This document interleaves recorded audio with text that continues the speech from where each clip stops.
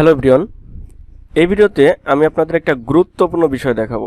দেখুন, আর্ডিনোতে কোডিং করে বিভিন্ন প্রজেক্ট করার ক্ষেত্রে আমরা কিন্তু প্র্যাকটিক্যালে না করে এই প্রোটিয়াস সফটওয়্যারে কিন্তু আমরা কোডিংটা সিমুলেশন করে দেখতে পারি যে আমার কোডিংটা ঠিক আছে কিনা, কোথাও এরর আছে কিনা, কোথাও প্রবলেম আছে কিনা, সব কিছুই কিন্তু দেখতে পারি।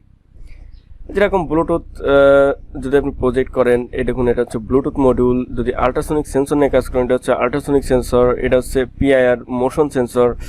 এরকম আরও বিভিন্ন সেন্সর এবং মডিউল কিন্তু এই প্রোটিয়াস সফটওয়্যারে কিন্তু অ্যাড করা যায়।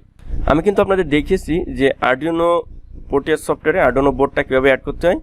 ঠিক সেরকমই এই প্রত্যেকটা সেন্সর এবং মডিউলের জন্য ফাইল রয়েছে, সেইগুলো কিন্তু আপনার একইভাবে অ্যাড করে নিতে হবে।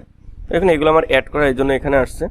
তো এগুলো কিন্তু আপনি মনে করেন সিম্পল একটা ব্লুটুথ প্রজেক্ট করতে চান, আপনি মনে করেন আপনার কাছে ব্লুটুথ মডিউল নাই, তো আপনি কি করতে পারেন, এই প্রোটিয়াস সফটওয়্যারে কিন্তু কোডিং করে সিমুলেশন করে দেখতে পারেন সব কিছু ঠিক আছে। তারপরে দেন আপনি ব্লুটুথ মডিউল কিনবেন, আর্ডিনো বোর্ড কিনবেন, তারপরে আপনি কোডিংটা আপলোড করে প্র্যাকটিক্যালে দেখতে পারবেন যে আমার ঠিক আছে সব কিছু। ওকে, তো এটা ফ্রিলিভাবে করতে গেলে প্রোটিয়াস সফটওয়্যারটা আমি আগেই আপনাদের বলেছি, এটা গবেষণা কাজের জন্য ইউজ করা হয় বা ইলেকট্রনিক্সের বিভিন্ন প্রজেক্ট, পিসিবি ডিজাইন সব কিছুর জন্য প্রোটিয়াস সফটওয়্যারটা ইউজ করা হয়। তো বিভিন্ন মডিউল রয়েছে, সেন্সর রয়েছে, আর্ডিনো প্রোটিয়াস লাইব্রেরি ফাইল। দেখুন আমি আপনাদের দেখাচ্ছি আমার কাছে কিন্তু বিভিন্ন লাইব্রেরি ফাইল রয়েছে, বিভিন্ন মডিউল এবং সেন্সরের। দেখুন এখানে কিন্তু অনেকগুলোই আছে।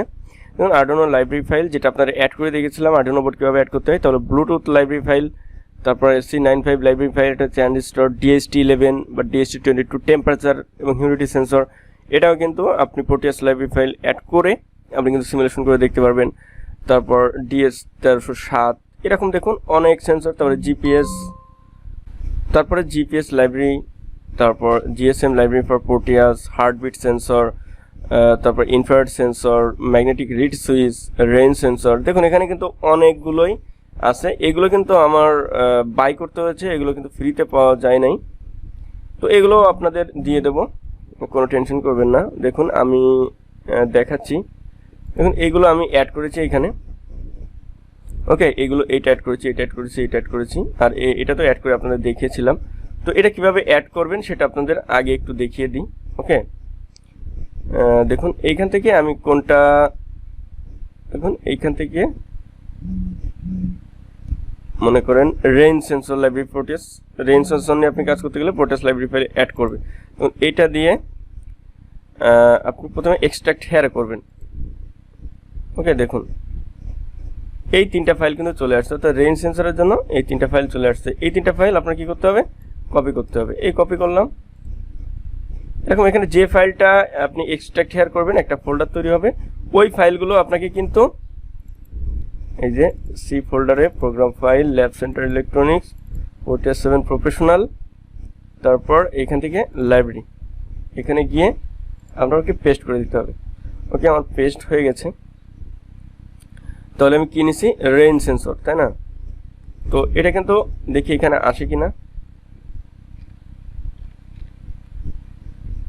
এটা কিন্তু এখন আসবে না, কারণ আমার প্রোটিয়াস সফটওয়্যারটা আবার পুরো কেটে দিয়ে তারপর আবার লোড করতে হবে। লোড করে যদি না আসে তারপর আপনাকে কিন্তু কম্পিউটারটা রিস্টার্ট দিতে হবে, তাহলে আশা করি এটা চলে আসবে। অর্থাৎ যে লাইব্রেরি ফাইলটা আপনি অ্যাড করেছেন এটা চলে আসবে। ওকে, দেখুন রেঞ্জ সেন্সর,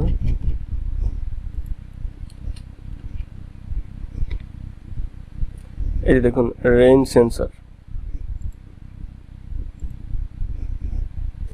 এখানে ব্লু কালার আছে, কালারও আছে, যে কোনোটা নিতে পারবেন। তারপরে দেখুন এখানে আপনি যদি মোটর ড্রাইভার, যেটা আমি ওটা অ্যাড করেছিলাম,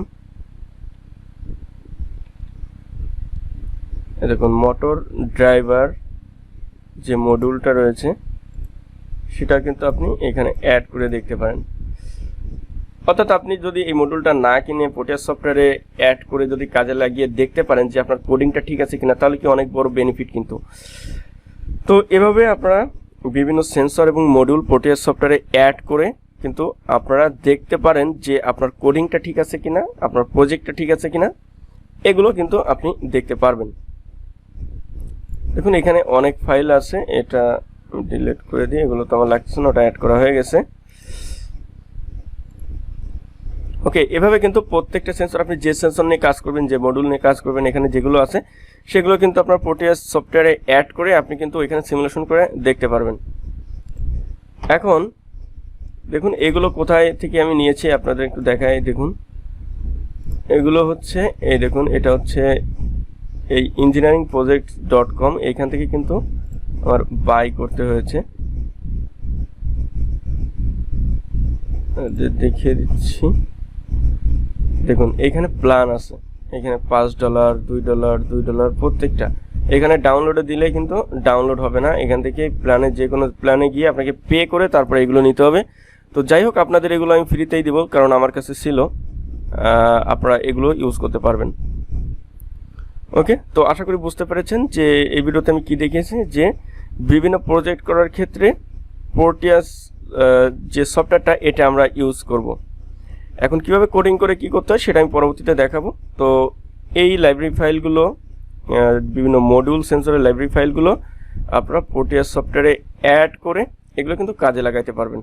ওকে, তো ধন্যবাদ সবাইকে।